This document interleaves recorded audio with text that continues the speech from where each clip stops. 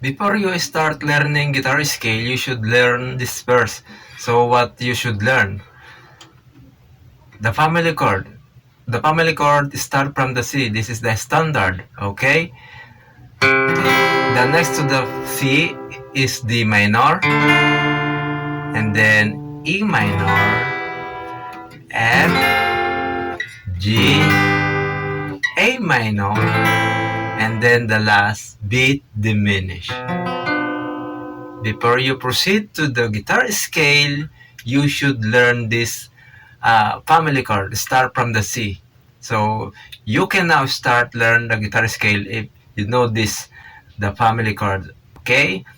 Because you should learn the scale degree. We can consider this is a scale degree. Start from the C. 1, 2, 3, 4, 5, 6, 7, and then 8, the octave.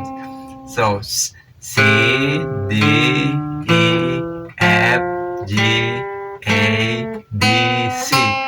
So this is the scale degree. First degree, second degree, third degree, and so on. This is important. So you should learn this first. You should learn the family chord starting or start from the C major. And what about on how to picking? So you should learn this.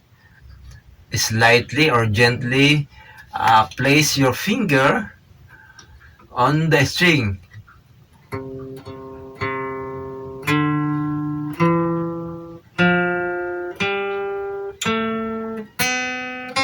So this is the C major scale. You can now learn the major scale starting from the C major.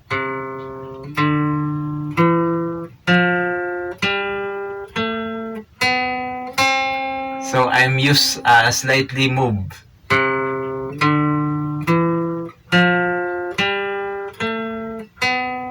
And the picking, alternate picking. Alternating picking I use.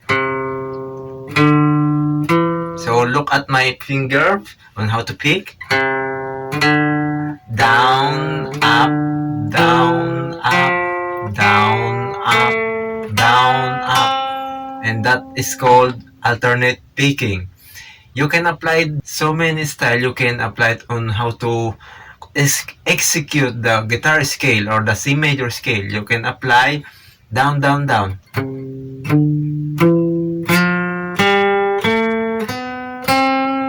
And the second style or technique is the alternate picking. Down, up, down, up, down, up, down, up. And then what about your palm? Slightly touching the string. Just relax when you play the guitar scale. And the guitar scale is starting from the C major scale. There are three shapes. The first pattern or the first shape of C major scale start from here.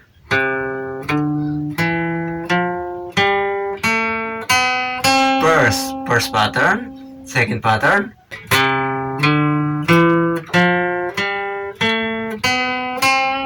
and then the third pattern start from the octave.